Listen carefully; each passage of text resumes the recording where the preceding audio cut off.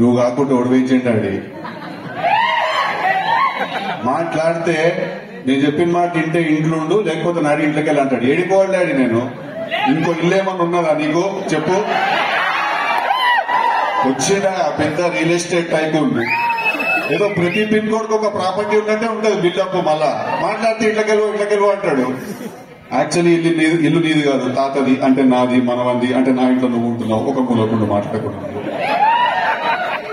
So మా mother, మా father roles చేసిన, మిగతా సినిమాలో రోల్స్ చేసిన వాళ్ళందరూ కూడా thank you so much for being a part of this journey.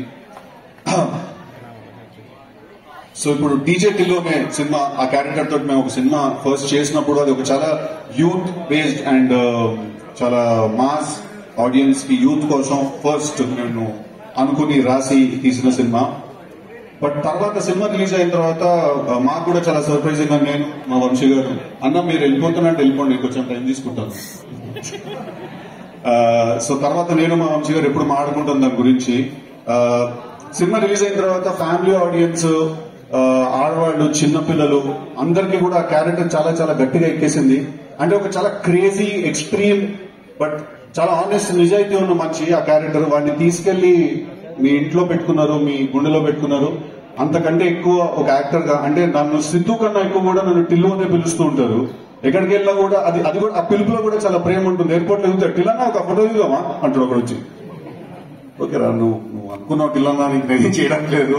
So అంత పర్సనల్ టచ్ ఉన్న ప్రేమ అది. ప్రేమ అంటేనే పర్సనల్ టచ్ ఉంటుంది, స్టేజ్ ఎక్కితే కొంచెం పర్సన్ అవుతుంటాయి. సో అలాంటి క్యారెక్టర్ తీసుకెళ్లి మీరు చాలా చాలా పెద్ద సక్సెస్ చేశారు.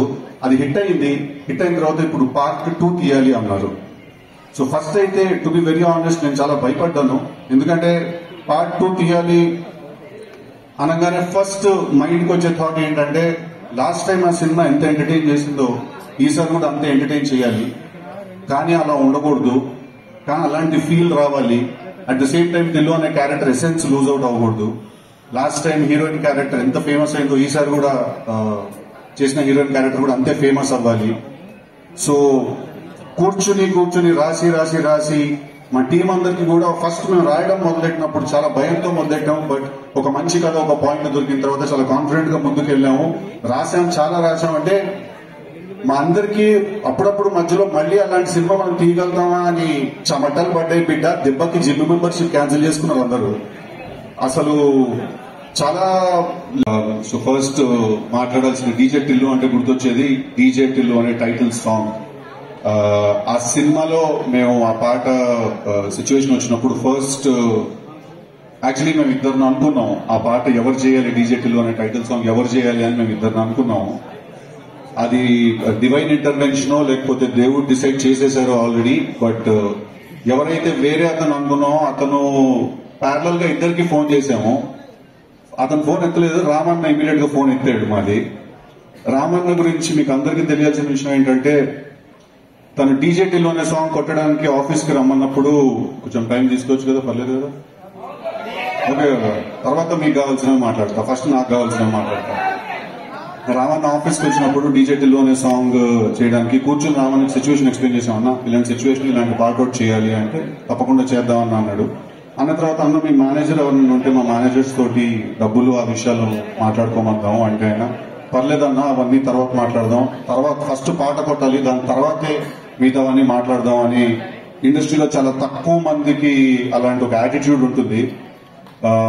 రామ్ మిరియాల నాకు ఎప్పుడైనా కలిస్తే నేను కలిసిన ప్రతిసారి ఒక మాట అంటాను తనతో, ఏంటంటే నీ గొంతులో మట్టి వాసన ఉంటుంది అంటాను తను పాడినప్పుడు. అంత రియల్ గా, అంత రాగా ఉంటుంది.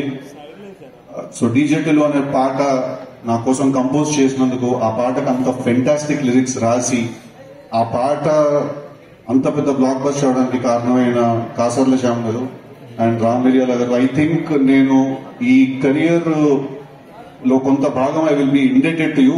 ఈ రుణం నాకు తెలిసి నేను ఎప్పటికీ తీర్చుకోలేను. బికాజ్ మీరిద్దరూ ఆ పాట, ఆ సినిమాని, ఆ పాట సగం మోసింది భుజాల మీద తీసుకుని వెళ్ళి. So I will be forever indebted to you ఆ పాట నాకు ఇచ్చినందుకు. Thank you so much, thank you very very much. And next Sriram Chandra garu, he's also here today. Thank you so much. నేను మీరు బేబీ సినిమాలో మీరు పాడిన పాట విని పిచ్చర్ అయిపోయాను నేను అసలు. What a beautiful voice. అంటే మనసు విరిగిన కుర్రాళ్ళ మనసుల్లో ఉన్న బాధ అంతా ఆయన గొంతులోనే ఉంది అసలు. మనందరి కోసం I feel he's come to sing all these breakup songs. Beautiful voice. And మీ ఇప్పుడు బాలీవుడ్ లో మీ జర్నీ కూడా been keenly following. Congratulations. I hope you reach greater heights. Next మా మార్కస్ ఇంకా లడ్డు గురించి మాట్లాడాలి. చాలా సీన్స్ కలిసి చేసాం. ఆల్మోస్ట్ మేము కూడా ఫ్రెండ్స్ లాగా అయిపోయాము. ఫస్ట్ కలిసినప్పుడు ఏంటి ఏమంటి అని మాట్లాడుకున్నాం. తర్వాత ఇంకా మా పేర్లు పెట్టి పిలుచుకోవడం మొదలెట్టాము.